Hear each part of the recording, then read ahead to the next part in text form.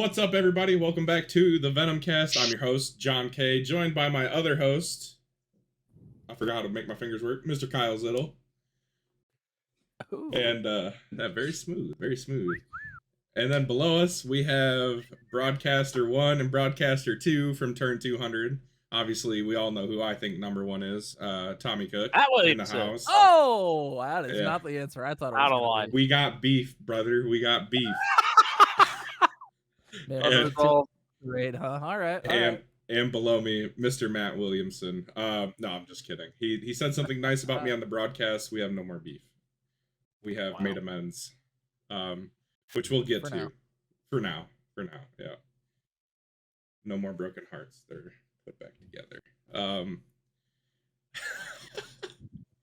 So I meant to do one of these before the season started, but I got a little busy. So the season has commenced. We had race 1 last Tuesday. It is currently Monday, so you're probably watching this on race day because we're prepared. Not scared. Not scared. So the Rocket Man Memorial 85 at Daytona, season opener for 3 straight seasons now, I think. Kyle, is that right? 3 straight seasons? 3 in a row. Named after our one of the founding members, Merv Turner, passed away recently.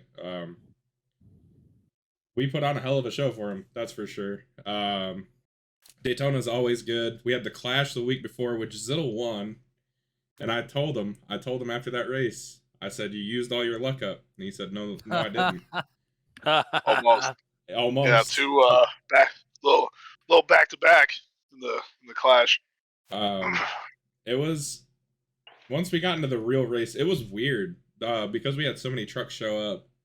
The qualifying format was a little different than it usually is. Usually we just take the top 2 and park them, and then everybody else duels it out. But this time, the top 20 didn't have to race in the duels, and that was kind of weird because usually I qualify like in the back at super speedways. I'm not good at qualifying. I don't know where you qualified, Zittle. I think somewhere near me. You said you didn't see me. Yeah, we started side by side. Actually. Yeah, I was gonna say we started side by side. You said that after the race. You're like, I didn't see you the whole race. I was like, we were. It really felt like once we started and got going, like I knew you were there, and I kind of just never. It felt like I never saw you ever again. Well, I had an adventurous race. Man, I did not have fun. I don't like super speedway racing anymore. I've grown up. I can win other places. I don't like it. I've grown up. There's multiple people who are way more grown than you that enjoy super speedway racing. Shots fired. Nah, I used to like it. I used to really enjoy it, racing it. But I don't know. I probably because I don't do it much anymore. I don't enjoy it as much. It's fun in the next gen cars, though. I will say that I do like doing the bump draft in the next gen cars. But it's because you won. Well, yeah, I am 2 for 2 at super speedway races in the next gen cars. Kinda. I've lost a lot of Carb Cup races, but that nobody cares because Carb Cup's unofficial. Carb Cup doesn't count. Carb Cup's not real. It can't hurt you.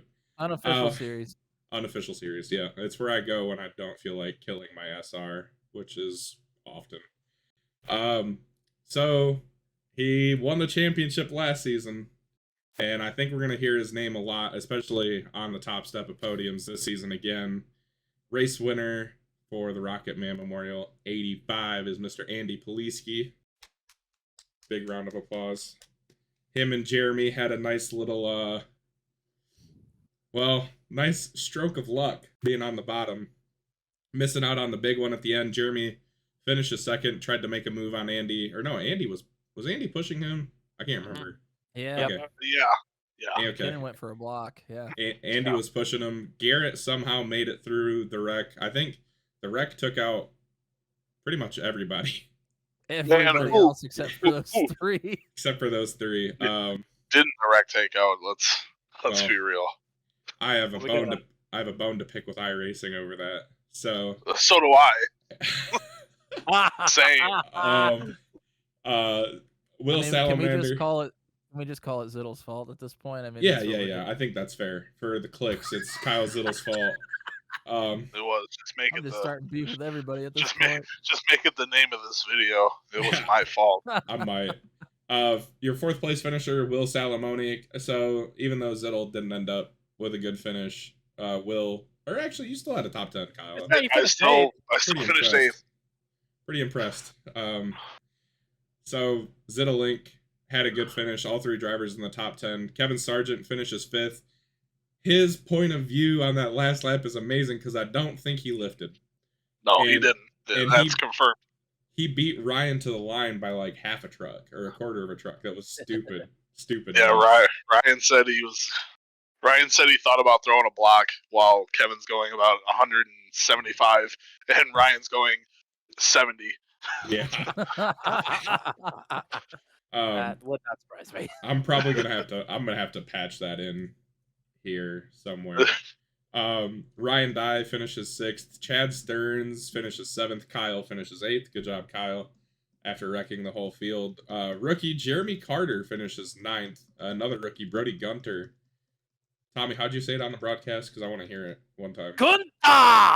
Thank you. There it is. Thank you. I can't remember her name, but you're not.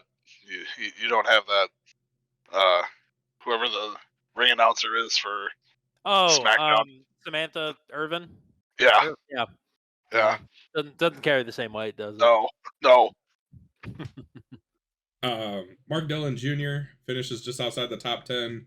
TJ Bartel in 12th. Nathan Reynolds in 13th. Tough to go from pushing Garrett. We have now reached everybody who was in the soup.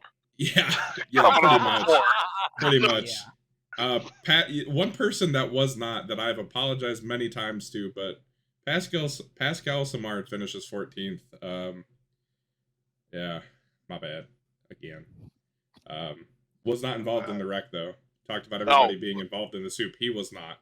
Right. Steve Still Roman. behind him, though. I did still finish behind him. Steve Roman finishes 15th. Nathan Paliwoda. Is that how it's Paliwoda? Paliwoda. 16th place finish. Paul E. 17th. Me finishing 18th. Nobody cares, though. Jordan Journeau finishes 19th. Tyler Bergert. Yeah, something like that. He finishes 20th. Luke Peterson finishes 21st. Flinky Roberts in 22nd. Kyle Dumig 23rd. Corey Rutherford 24th. Oz Kanar. It's as unsatisfying as it is. It's still a cool name. It is cool, but Oz. I was gonna call him Oznar the Defiler because it sounds so D&D. It sounds so. Yeah, it's just perfect. But Oznar is still cool, though. I wonder how many rookies this episode's going to piss off. Probably a lot of them. All of them. I don't give a shit. Ethan Patterson finishes 26th. Hate to see it. Don Milkowitz finishes 27th. Jan Van Leer finishes 28th. Joshua Benjamin 29th. Brantley Gainey 30th. Gary Clark 31st. Cole Maxwell 32nd. Brian Reyes 33rd. Kenneth Graves 34th. Michael Krall 35th. Michael Dean 36th. Good God. Ryan Borboom, 37th. Austin Holyfield, 38th. Paul Sargent, 39th. And Joshua Caudill, 40th. We had 40 trucks with one fail to qualify. Did not qualify. I was going to say, I think that's the big story is you had an entire field and actually had to turn somebody away. That's quite impressive. Yeah. I mean, it could happen realistically the rest of the season. I'm really not sure. I know a lot of it probably had to do with it being Daytona and people being like, Daytona! Yeah, we were talking about it a lot leading up to it. We were like, what's going to happen when we actually have to tell some or DQ somebody or just straight up kick them out? And honestly, for as good as that can go, it went pretty well. There wasn't like any backlash against it, I guess, as you can say, or it kind of just was like, well, that's what happens when you have 41 and you're looking for 40. That's how the cookie crumbles. In your practice, boys. Yeah. Yeah, the duels were actually fun to watch. Usually the duels don't mean a whole lot. other than starting position. Saved my butt. 2 races ago? Yeah, I didn't race last time. So 2 races ago, ended up pushing Garrett to a win, started on the second row. It was nice. But definitely weird having to not qualify in because the top 30 in points are locked in. Not having to duel. I kind of wanted to, actually. I was kind of hoping I wouldn't qualify. Good. It was still cool having people that you knew were in and wanted to start, closer to the front. Mm-hmm. And then people who didn't, who weren't in, who no matter what, that was their route in. And then the first one didn't really have anything going on, and it was kind of quiet. Yeah, I feel like the second one. That's how the real life duels are. Yeah, always the first one. The first one is the feeling out period, and the second one is the all right. Let's go. That's how our duels are always were, as I remember too. The first one's always nice and tame, and then the second one is everybody's going crazy and throwing big blocks. Yep. Second time around for you guys doing this, Tommy and Matt. What did you guys think about the duels having something on the line this season as opposed to not? Yeah, stakes are always cool. It does suck that you have to send somebody home, or in theory, multiple people home. But it does give us more of a reason to be invested in it than like, oh, these guys they're going for the 21st starting position now, and like, oh, that's all hunky dory. But it's like, no, it's not though. So yeah, it was more interesting this time around, even with less trucks than what we saw last season of the duels. Yeah, I mean, I definitely think so too. I think another part of that is knowing that even if we are sending only one person home, that if you're starting 39th or 40th at a super speedway, you're putting yourself in quite the hole. So, starting a little bit more towards the front is definitely crucial when you have that many trucks. So I think a couple of things came together this season with that to make it a little more interesting than maybe it was last year. Yeah, again, I don't foresee there being 40 trucks at every race. It'd be cool if there was. I think that would be an interesting element, actually, having to qualify in. And some people are going to be worried about points and just wanting to be locked in on points and stuff. I know I finished 18th, so I'm tied 18th in points. If I have a bad week this week and there's 40 trucks, I might have to qualify in at North Wilkesboro and not be able to lean back on that provisional, and it's a little worrisome, especially at a track that I really like and I don't necessarily qualify the best at. So it's a nice incentive to get people to put in some form of work on their own. Like, I know I've run probably 100 laps for Atlanta just by myself, just saving stuff from one run, not all at once. 20 laps Wednesday, save data and whatever. Come back Thursday, do it again. Look at change stuff up.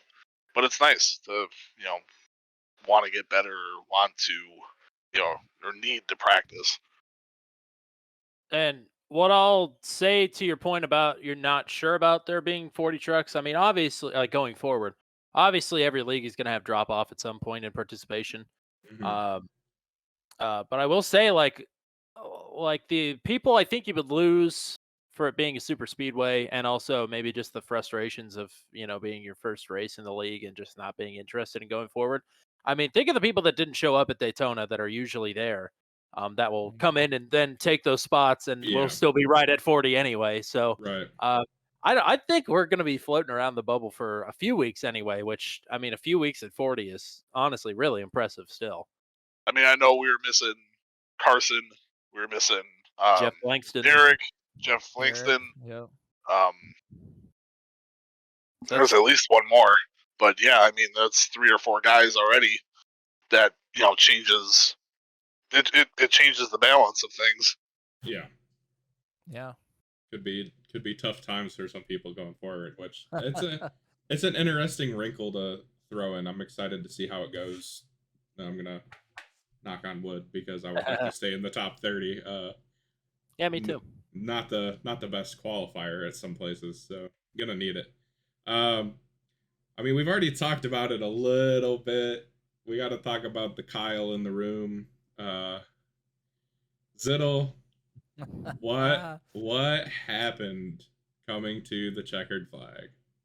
So before we get to the checkered flag, we have to go back to about 15 to go.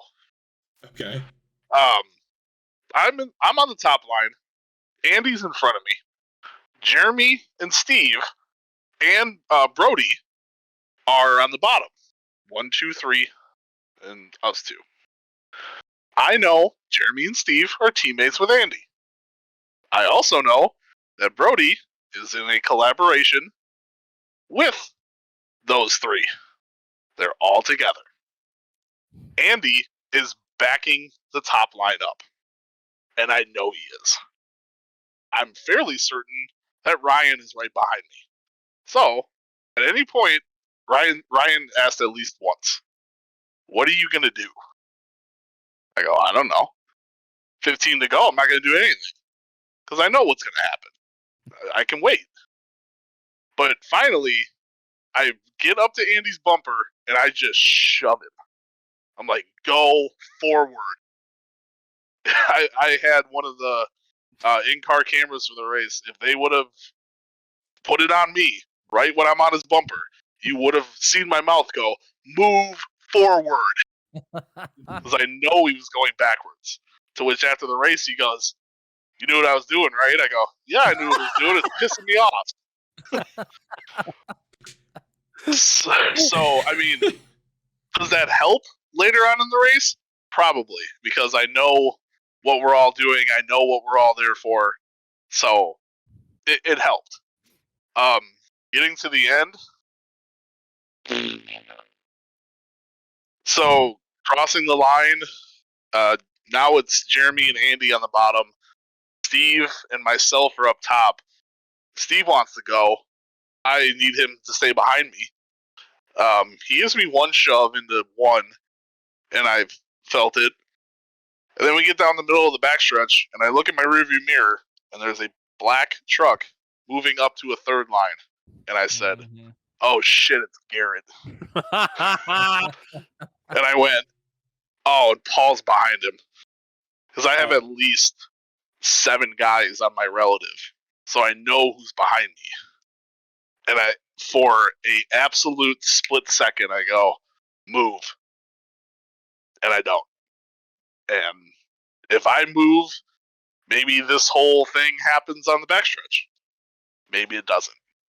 But we keep going. I get another shove from Steve in my right rear, which gets me a little loose, and I hit Jeremy on the bottom, which, thank you, iRacing, destroys his truck. Like, he goes, "I can see the track through my hood." I'm like, well, I mean, I did hit you going 188 miles an hour, so yeah, I bet you can. With about a foot of netcode between you guys. Yeah. Oh, the one between Jeremy and I hit it. There's no doubt about that. But I come back up to the middle of the track, and I save it. Like, I'm like, we're good. Because we're tight. Garrett and I are tight to the top. I go, we're good. And then that server out in Boston decides that I am inside Andy's truck and says, "See you later." And the second I look, I go, "There's the point of contact, and there's air, and now I'm facing right instead of forward." I hit Garrett, I come back down, I hit Brody, and it is on from there. Paul flips me over. Paul flips over. I and everybody behind you. And everybody behind me. Everybody's just all over the place. I go to watch it again, and I'm like, "Oh my god!" I'm spinning, flipped over, hit again, spinning again. I see cars on the wall. I see this. I see that. I see everything. Car comes to a stop. I get it to go forward. I put it in first gear, and the RPMs rev. I'm like, okay, Go. We gotta go. Go. There's so much shit in front of me. We gotta go. So, if real quick, if you're watching this and you look in the picture of the batter above the Packers banner, you can see the replay happening in Kyle's picture. Oh, sure. What I've been sitting here laughing about. Sorry, go ahead, Kyle. I get going straight. There are cars still flipping to my right, just getting destroyed, and people landing on things, and like I got mounted before I started moving. I felt that all of a sudden. I bet you did. Bam! Okay, keep going. And yeah, I somehow finished 8th while everyone behind me is still trying to figure out if they're alive or not. So yeah. I would also like to mention the restart. You didn't really talk about it, but the restart where you were on the top line, you made a heck of a move. You went down to the bottom because the bottom line didn't get a great restart. You were able to get to the bottom and then get out in front of Steve and make the move up to the top. That was absolutely genius maneuverment right there. Palawoda got down in front of or behind Brody, and I caught Steve, and I go, I need to get to the bottom, and Steve kind of keeps moving, and I go, I'm not lifting. And we kind of make a little bit of contact. Yep. And then I shoot back up in front of him, knowing that he'll push me with the speed I have catching the back of that pack. And yeah, that's what shot me up to the front. I told people, they said, how was your race last night? I go, I led 1 lap. And then I showed them the broadcast, and they go, it's not the last one, was it? I go, ha, nope. We went for a ride. At least you led a lap. I qualified up front, and I didn't sniff the front the rest of the race, except for one of the late restarts. The bottom just wouldn't go, and I went up to the top and ended up, I think I went from like 19th or 17th to like 9th or 10th for the next restart. Yeah. I'm pissed because I was going through that wreck. I thought I tried to get down on the apron and had the brakes not locked up, but I was braking. I had stayed off of whoever was in front of me. I don't even know who was in front of me, but I had stayed off of them, and then tried to hang a left to get on the apron, and I thought the truck was all the way on the apron. And I'm like, I'm gonna drive right around these guys, bunch of dummies. You're all gonna get caught up in the wreck. It's gonna look cool. I'm gonna finish like 4th. And then the truck just goes. I was not all the way on the apron apparently, and it shot me right back up into the pack. And I was like, well, I'm just gonna drive through everybody now. Like, I'm not going that fast. Like, it shouldn't hurt the truck, but I'll just kind of like push my way through. And then I think I got hit in the back by somebody, and it put me up in the wall. And then the wall just threw me 80 feet in the air, and I was like, pisses me off. I didn't even I hit the wall maybe going 80, and it just yeeted me in the air, blew my motor up. Yeah, it's pretty been happening a lot lately, and it's specifically with the trucks. It's frustrating. I wish iRacing would fix it already. Kind of ruined. I mean, it wasn't going to be a great ending, but it would have been a little bit better than 18th, I think. But really, really screwed up a lot of stuff for me. So yeah, the first couple of times it happened and we caught it on the broadcast, it was funny. And it's still kind of funny now, but it's just like, all right. Like, it shouldn't be happening to, like, North Wilkesboro. Starting to get annoying. Yeah. That one was bad. The one at Atlanta with Ethan Patterson was freaking hilarious. That will be in every intro package that we ever do from here on out, because it is so funny. It was hilarious.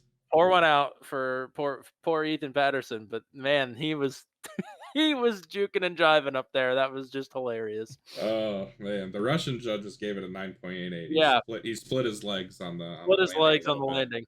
Yeah, too bad. But all in all, I mean, I think it was pretty successful. I think we got a pretty good group of rookies for a Daytona race. Like, I don't think any of them necessarily caused any huge incidents. I know there was a couple of them. No, everything was kind of just anything that a caution came out. We kind of had a little issue with settings and stuff like that. I know we had some stuff here and there, and people were like, "Put it out, put it out." I'm like, it should be putting itself out. We don't need that. Yeah. But you know, you live, you learn. I got nervous. Stuff happens. I know the one caution, we had green flag pit stops. Thankfully, my teammates decided to stay out a couple extra laps, and we pit under caution and not under green, which I was honestly dreading. I got a new set of pedals, and I don't know how to use them that well yet. We're working on it. But, so we didn't pit under green, and I was like, all right, sweet, we'll pit under caution. Surely, cautions breed cautions. There'll be a wreck in, enough laps so we can pit, finish again, and call it good. But we ended up having to pit under green and screwed up. This is when Matt said something nice about me, because usually I don't mess up on pit road. I'm pretty good about getting in my box and stuff when I don't speed. But I slid through my box. Not as bad as I had the couple times in practice I'd done it. But and then I backed up, and it was like, you're too far left, and I was just looking at the screen like, are you going to do anything to the truck, or are we just going to sit here? So ended up a lap down, and then I got scared because I know we had issues getting trucks waved around the time before, and it wasn't popping up lucky dogs and stuff. Mm-hmm. So I was sitting there in front of the leaders, and I was like, oh, is it really not going to wave me around? Am I going to be stuck here? Like, what's going to happen? And thankfully, got waved around, and it all worked out all right. But yeah, had to race lap trucks for 20 laps and took some of them 3 wide. It happened. Yeah. Hopefully it doesn't happen this week. We talked a little bit about the rookies, and I think that especially for me and Tommy, who only know kind of the history of we watched the entire history of last season. We know a little bit about the league before then, but adding a lot of rookies to the mix with what already happened in season 5, it is like a perfect storm of so many storylines and great racers coming together that it almost feels like anything can happen this year. Like a rookie could win the championship. Like so many things going on. I think we're gonna have an even better season than season 5. And that's saying a lot, because season 5, even though I missed half of it, was extremely entertaining to watch from the sidelines, and it was a lot of fun when I finally got to race. So I agree. I think a little bit of new blood mixed in there should spice things up just enough, and make it a lot like it was in season 2 and season 3, where you had different comers and goers. Some of the new guys, they weren't as fast as the front guys, but they fit right in very nicely with the mid pack, or they might have been back towards the back of the pack, but they ended up learning and getting better and eventually moving up to the mid pack and front of the pack and all that stuff. But it's nice having a good group of guys who are, experience, and then, learning, and then, guys who are just on the cusp of being up front. It all ends up coming together, and it'll be pretty good. I think so. Yeah. And I think. Oh, go ahead. No, you go ahead, sir. All I was gonna say was that talking about the one group of rookies that really stuck out to me was I think it's Terminal Velocity. That team, which was Paluota, Canar, and Bryant Reyes. Who they seem like they've raced together a lot. They seem pretty well put together. Between them and Gunta, I think the rookie battle self-contained is pretty exciting for this season. But then also seeing where they're going to slot in the mix with everybody else. And I was trying to think I can't wait till we get to a normal track to see where things kind of stand. But it's what is a normal track? Not to get philosophical, but look at the schedule. Tell me where the normal track is. Is it Charlotte? Because by that point, it's not going to matter. We're going to know where the rookies are at by Charlotte. Yeah. The last race of the season. So I think this week is the beginning of the normal tracks. The real test. I think it's going to be, obviously Daytona it puts a lot of pressure on everybody to be safe and take care of each other and all that. And there's going to be an element of that this week too. But I think, old Atlanta, the 2008 version, the good version, everybody's going to be wearing out tires. Everybody's going to be sliding around. If you're door to door with somebody, you're going to have to be really careful if you're below them that you don't slide up into them. And if you're getting driven around, you have to be careful, not to get spun out by the air coming off the other truck and getting pulled around and doing some twirly doos and stuff, because it's already going to be big enough of a struggle taking care of your tires. Right. So without twirly. With twirly doos. Save those. I'm hoping to save those for the end of the race this week. 3 sets of tires and a twirly do for you. I don't. God. I've been working really hard on green flag pit stops this week. And again, that's going to be tough too.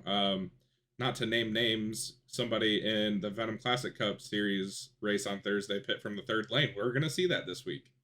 Who could have? Yeah, I know. I said I wasn't going to name names because I did it the one time too. So, you pull a Quinn Huff? Me? Who? Somebody clearly did.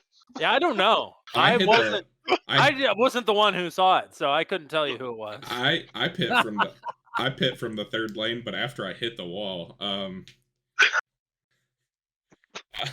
But they oh Lord. even in the trucks, we're gonna have that issue. We're gonna have that issue this week. We're gonna have people that their tires are gonna be worn out. I know there was people in the recruitment races saying, "Man, this is the longest race I've ever done." Well, get ready because our races are 10% longer. About to get longer. It's only gonna get worse. I was gonna say the last time we did this, it was season 4. Sim Racer tells me it was partly cloudy and 87 degrees. Seems a lot like what we're about to be doing. And we ran 105. So I had 10 more. 10 more. On top of it. Where did I race in that race? You did. Okay. You finished P5. We had Kyle Spees, who was a rookie at the time. He took off. Yeah. It was the most. He led 89 laps, and the only reason he didn't lead them more is because he had to pit. He ran the. He hasn't been back since. He ran the Nathan. he ran the Nathan Reynolds line. Yep. Nathan's really good at Atlanta, and I mean that's part of it. You're definitely going to want to keep an eye on his in car this week, whether you're watching at Car Inside or on the Turn 200 broadcast, which hopefully it's on the Turn 200 broadcast. Yeah, it will be. I also think that a place like Atlanta, like to finish well in a season, you don't just have to be good behind the wheel. You have to be a smart racer also. And I think a race like Atlanta, you're going to be able to figure out who the smart ones are and maybe who needs to still learn a little bit. So I think putting yourself in the right spots and, just being smart while you're on the track with pit stops and different things like that is going to play a huge role this week. And we're going to figure out kind of who has the race smarts and who needs to work on that a little bit too. Yeah, don't be throwing sliders from halfway down the backstretch racing for like 4th. It's not smart. I don't know who that would be. I mean, definitely it's not smart. It's not smart for some people. I mean, it was fun. Me and Jeremy were going back and forth, and I just kept throwing bombs at him, hoping one would stick, and then it did, and then he passed me like a little bit later after I hit the wall. Yeah, it's going to be a great race. I'm very excited. Kyle said he's turned 100 laps. I'm not going to sit here and one-up him. I've turned probably about the same, maybe a couple more. I ran an AI race, and I turned like 80 in an AI race. So, it's going to be awesome. The AI race gave me absolutely no bearings on what's going to happen because the AI will just run you over at any point given, because they're all stupid. So I didn't learn much, but it's just turning laps at a place that's as abrasive. It's kind of like the same deal as North Wilkesboro when we go there next week, the week after this week. It's just, really abrasive, rough racetrack that's going to, if guys aren't careful, they're going to burn their stuff up really bad, and it's going to be interesting.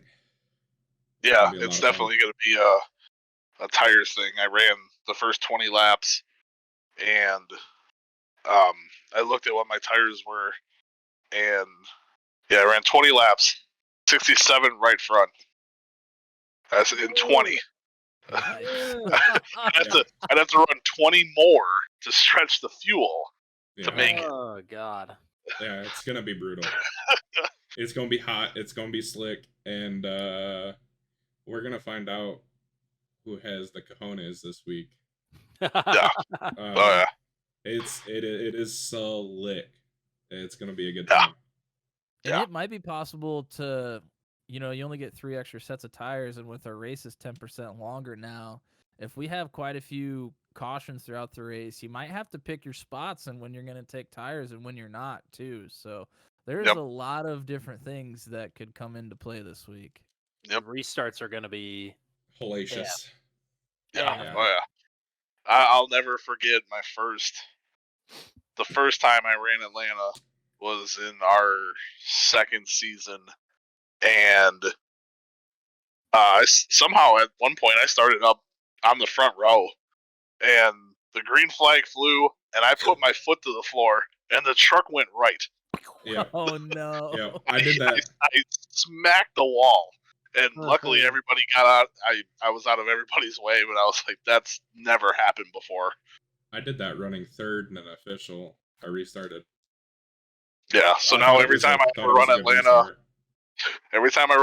now, when the restarts come out, there's an egg under that pedal. Yeah. That's just how you want to run me over from behind. That's on you, but I'm gonna get going first.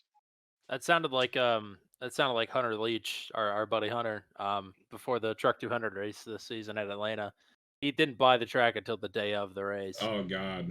And then he said, "Well, why did you put that on the schedule?" It's like, well, why did you wait to buy it? You should have put in some laps, brother. Yeah.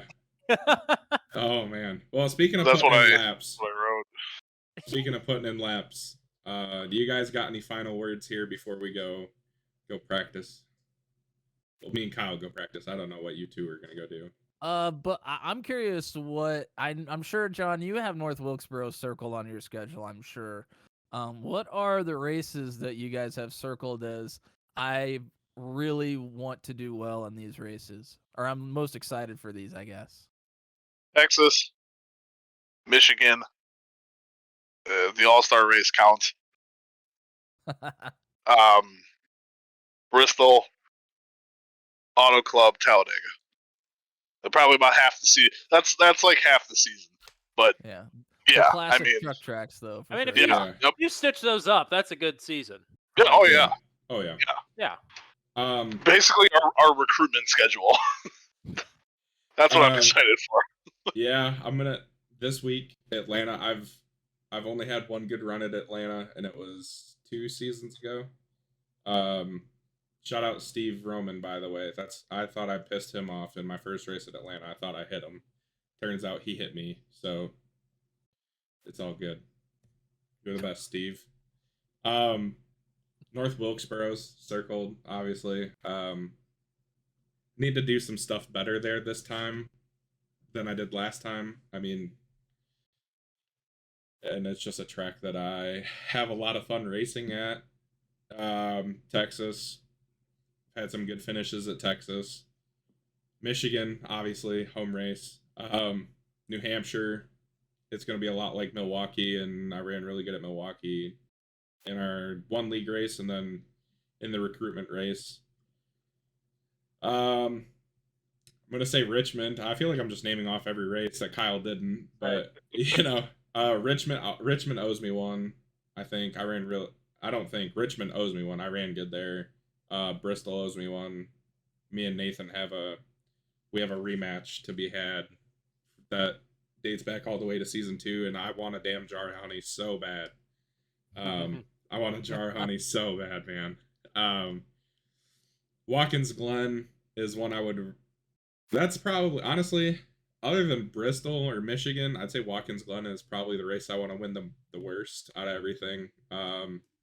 The season before you guys came in, I led, I think, like 23 laps and sped on pit road, which is it's a 40-second stop penalty. Yeah. And I had built a really good gap to Paul and oh man, I don't know who else was trying to save fuel. I think Ryan was. Paul and Ryan were saving fuel, and yeah, if I take the speeding penalty away, and I gave up the last couple laps and was just cruising around. I hit the wall in the S's at some point. Just said F it. So yeah, if I wouldn't have sped on pit road, I would have lost the race by like 3 seconds. So, yeah, it's that's a heartbreaker, and that's one I want back really bad. And Charlotte, I've had some speed at Charlotte. That's another track I've never had a good race at in league history, ever. So I would like to get a good finish there. How'd your recruitment race at Charlotte go? I'm so sorry. The same way. I'm still really sorry about that. No, it's all good. I'm just playing. No, actually, that's not even the worst one. So that happened. I got wrecked by the old league owner at Charlotte 3 seasons ago now in a recruitment race. I almost won the All-Star race, but Jan and Brantley crashed and took me out after I used my fast repair. And then the first ever league race there, I was trying to slow down to miss a wreck, and I downshifted, and it kicked the truck sideways, and I spun out and hit Kevin Sargent. So, Charlotte, I hope we're celebrating with the big trophy after Charlotte. I don't care if I win the race. I just would like to be in a position to maybe, have a little bigger piece of hardware after that one. So hopefully the rest of the schedule treats me well when we get to that point. That's the goal. Who do you boys have for in cars this week? We've got. Oh, I just had it up too. We've got. I was gonna say he already said it once. Were you not listening? No, he wasn't in here yet. We've got Cole Maxwell. We've got Paul Ellison. We've got Will Salamone. And Nathan Reynolds. Yep. Oh god, Cole's is gonna be interesting. Yeah. Because that's a good lineup. The one time he did the podcast, he showed up in a mask of some sort. So he did. He might race. He did. I can only imagine what kind of mask it was. I'm gonna leave it at that. You can go watch. It's one of the not deleted episodes that's in here, so it's up there somewhere. Obviously Nathan's gonna be fun to watch. I mean, Will Salamone has a webcam. That's what he said. That's good to know. Oh, I know who we're having on the podcast next week. There you go. I'm excited. That's all we've got time for this week. Y'all, I think we got I got my last words in. I'm sick and tired of talking. I'll let you guys say some stuff and then we'll get out of here. Nope, thanks for having us again. Happy to be back. It's always a good time. That's all I got. Good memes.